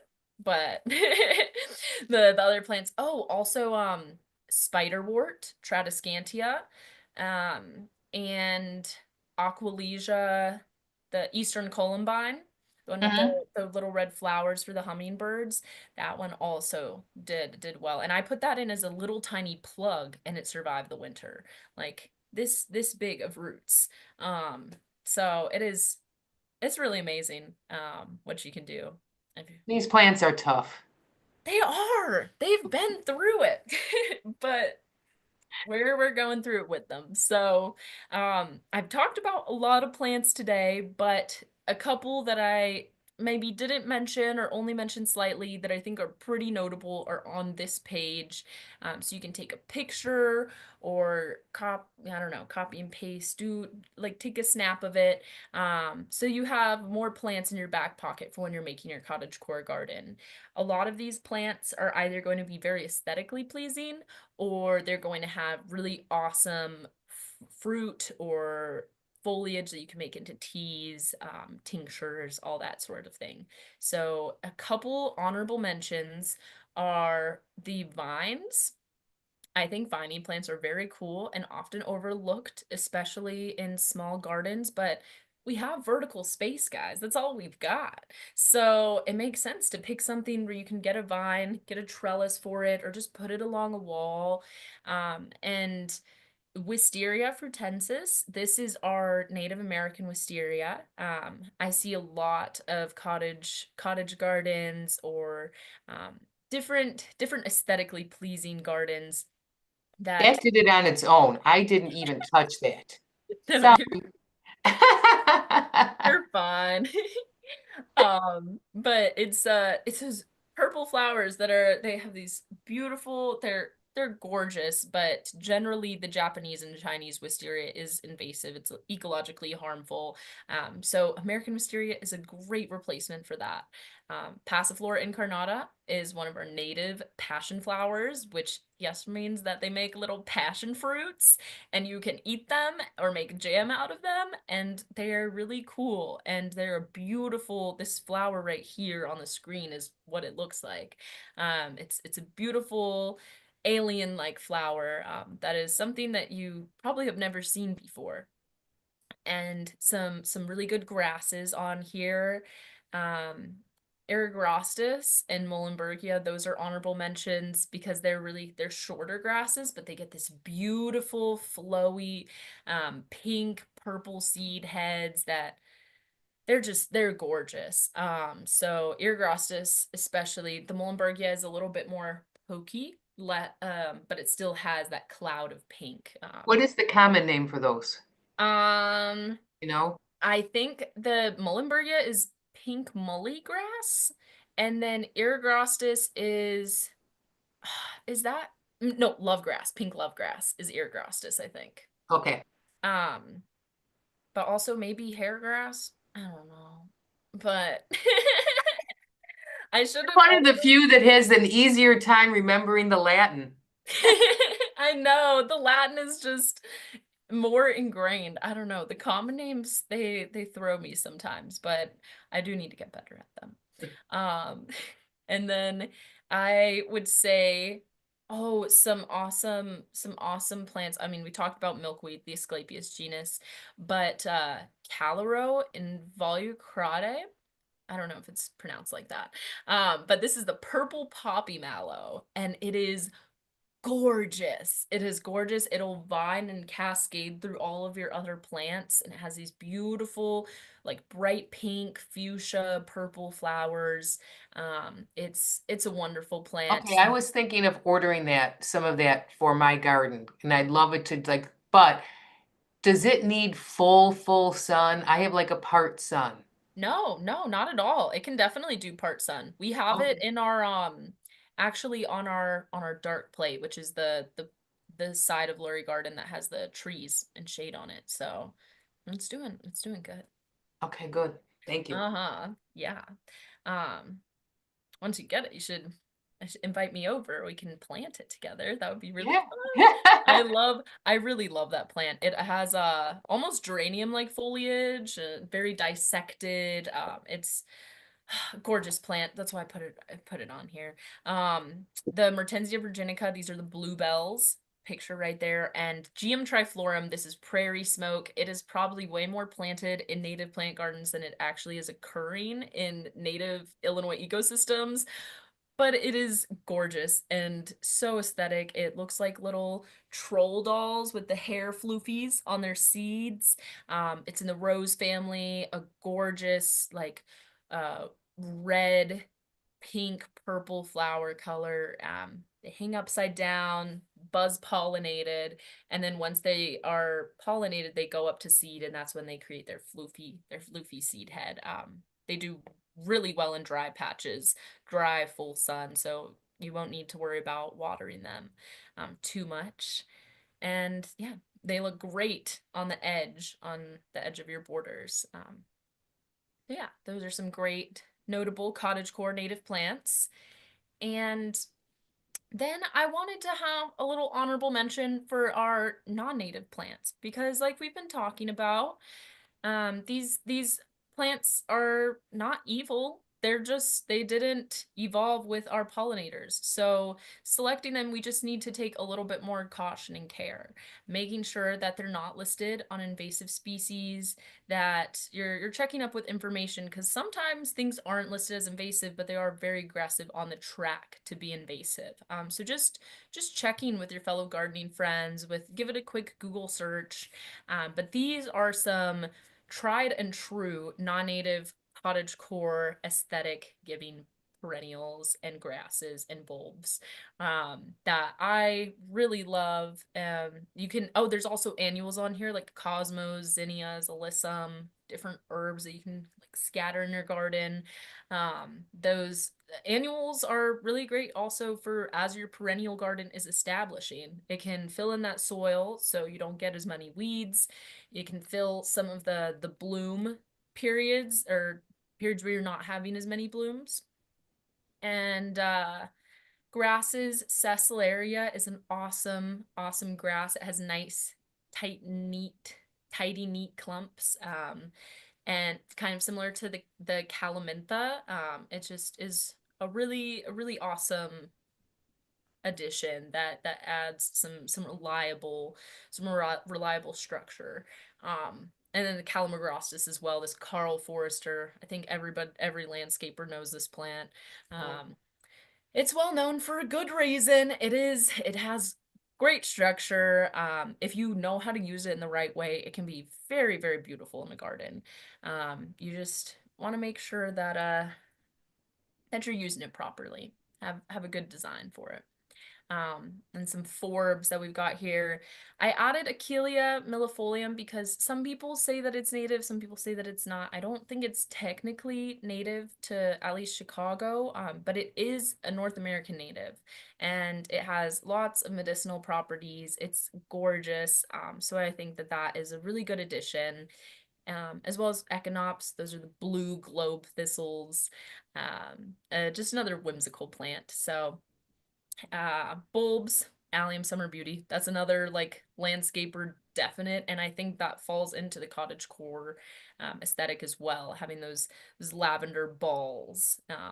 It's pretty whimsical. And then species tulips, just want to give a quick shout out to species tulips. If you're doing any bulb planting, there's long stem tulips, and then there's the species tulips, and the species tulips are generally smaller, and they'll naturalize in your garden, so they will spread over time. You won't have to worry about like digging them up or replanting them. And we have a couple different varieties at the Lurie Garden, so look into species tulips if you haven't heard about them. I have not heard about them, so I am going to look into that. My Yeah. experience with tulips is the rabbits always dug them up and ate the bulbs, and so before I went native and was mostly into like my Virginia bluebells and such, I was doing mostly daffodils because everybody left those alone. But the tulips, but if these like kind of spread and naturalize, maybe they wouldn't be completely destroyed by rabbits then. Because I Yeah. was too lazy to replant them every fall. Yeah, that's the thing, right? It's just so much work with a lot of these typical plants. But yes, species tulips, I won't say that they will all survive through from the rabbits because the rabbits have been pretty heinous lately. But they'll I'm sure they'll have a better time than those long stem tulips because they'll naturally spread over time. And they're so cute. They're small. There's a lot of different really great just straight species tulips that naturally occur in like Eurasia, kind of that Mediterranean area.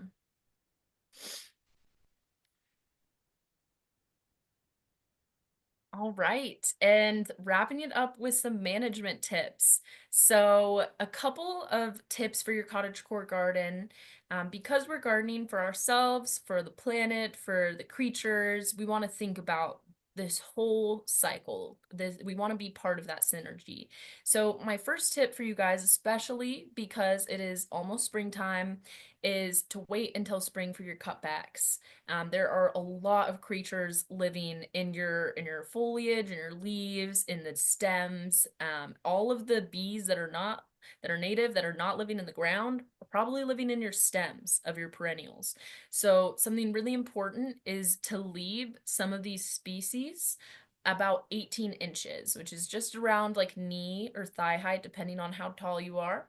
And you want to leave about 18 inches because that gives proper space for and survival rates for your stem nesting bees. Now Can I heather ask, when do you guys cut back in the spring at Lurie? we do it around probably March or so. It really depends on our bulb show. So once the bulbs start like peaking up, that's when we have to go so we can go before they're up so we don't like get any of them. But Sure. if you don't have bulbs, you can wait even longer. And for grasses, you can wait a really long time. You don't have to cut back grasses. I mean, you don't really have to cut back anything, but you don't have to cut back grasses for a while because it takes a little bit more time for them. Warm season grasses, that is. And then your oh yeah, 18 inches for your stem nesting bees. Cut everything else, you can cut it back to 4 to 8 inches. But as you're cutting, you're chopping, try and think about it like taking bites out of the plant and making those bites about like 4 inches or so. You want this material to go back on the ground, to be reincorporated into the soil, or to be taken by a bird for their nest. So making sure that they're not like huge chunks of plants, but smaller pieces of plants, so they can go back and act as a mulch, and you don't have to worry about mulching your garden because you already have that natural debris on the ground. Now, second tip is less is more. Less is always more.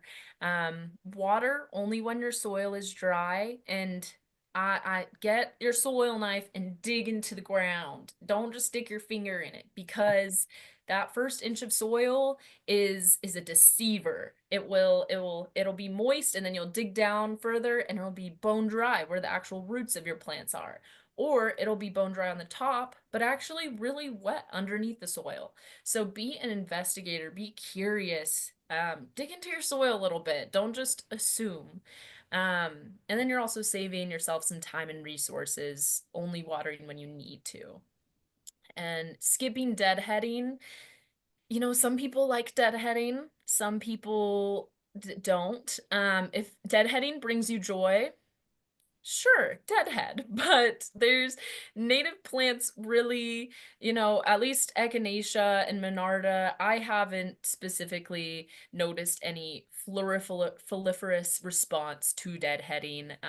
They're not really bred for that, but if you want a deadhead, sure, but you don't The have. only species I have found that there is a value to it, it was an experiment I did last year, was with Coreopsis.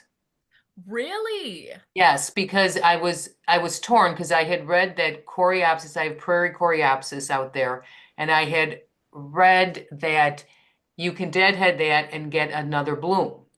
But I didn't want to deadhead it because I'm like, well, if that doesn't work, this is like one of the favorite seed heads of birds for the winter. So I'm like, I don't want to take their seeds away. So what I did is I just deadheaded one of my 3 plants. I got a second full bloom on that thing. Really? Hmm. Huh. Well, the more you know. That is so it's good. So coreopsis, you said this was the prairie coreopsis? That's what I have, the prairie core, or no, I'm lying. Landsleaf coreopsis. Are they one and the Landsleaf. same? No, I don't think No, so. no. Okay, The landsleaf. well, maybe. I mean, yeah, common names, they'll call Right. anything anything, but That's the only one I think actually there is benefit to. yeah. So, yeah, no need to waste time deadheading. And if you do, make sure that it's with something that's actually gonna, produce flowers after you spent all that work, like Coreopsis lanceolata. And only mulch new plants. You don't need to be bringing mulch into your gardens, guys. And if you do mulch, try and use the resources you have on hand. A lot of times you'll have some leaf piles or some debris. Try and use that first before ordering mulch. And if you are going to order mulch, try and see who is local nearby you that has leaf mulch that is collected. There's different city programs where they collect mulch, make into leaf compost. But ultimately, leave the leaves and that'll act as a natural mulch for your garden. If you don't have leaves, then like we were talking about in the first bullet point, leave that debris on the ground for your garden. It's all plants do this all the time in nature, and so we don't need to try and change anything or fix anything because they know what they're doing. The only reason you want to really mulch your new plants is when you're first planting them, that you're doing a lot of disturbance. So a lot of weed seedlings are coming up to the top of the soil and they're easily germinated if you don't have something blocking the sun. So that's a good reason to use some leaf mulch, but skip it. Save some energy, save some time, save some money. And then the last thing is editing through removal. So, like I talked about earlier, Chelsea chopping, especially your border plants. So, Chelsea chopping again is in May or June. You chop back half of the plant.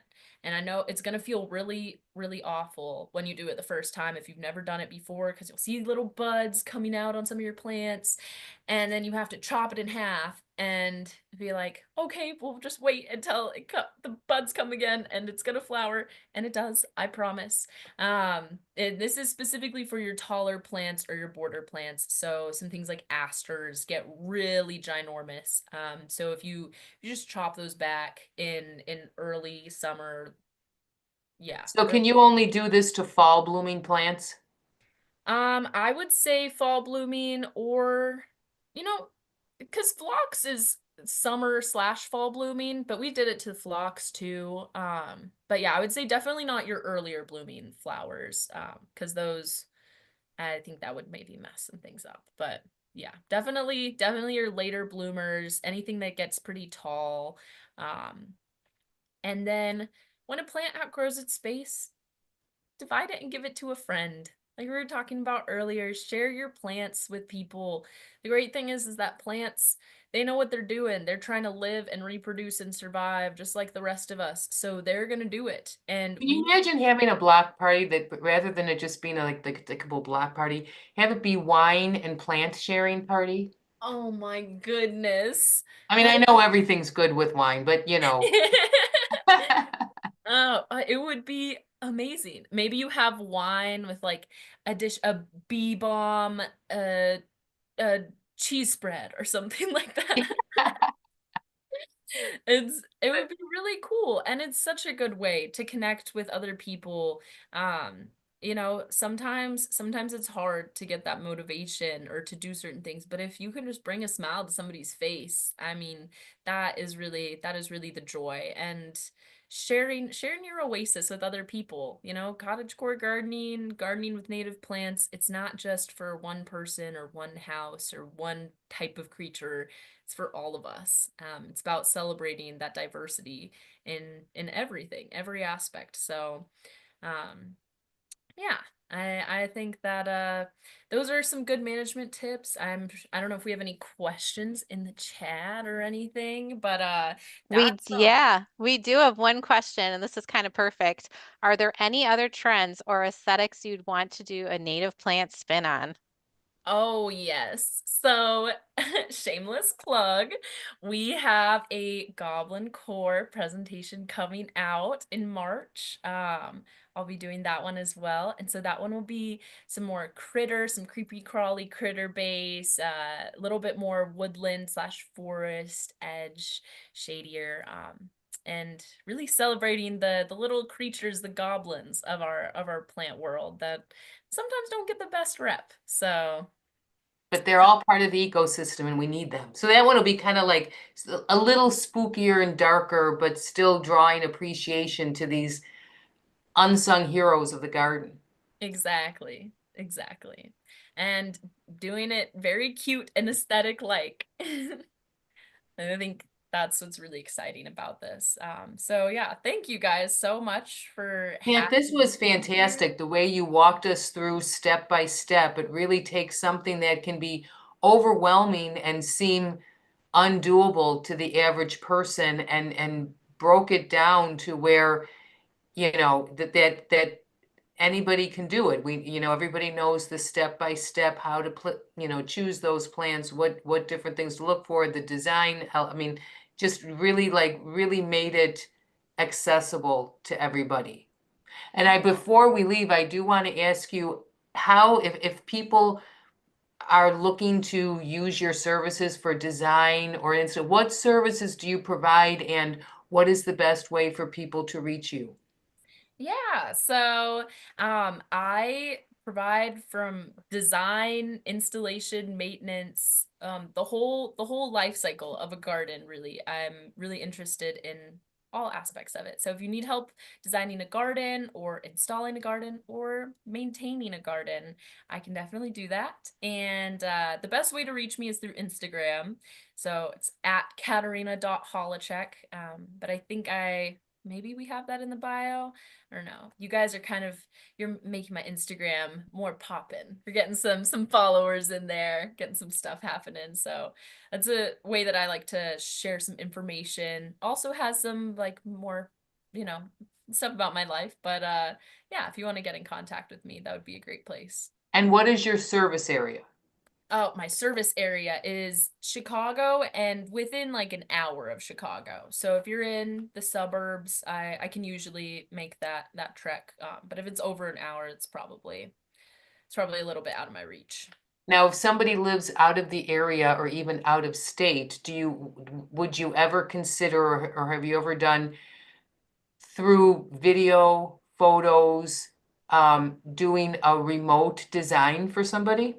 Yeah, this is funny that you're asking because I'm actually doing this for my mom right now. So like I said, I moved from North Carolina. So she lives in North Carolina and I've been trying to help her make the design for a garden that I was talking about earlier. So yeah, she just sends me pictures and then tells me about the site, how much sunlight it's getting, what the soil moisture is like, and then we just go from there.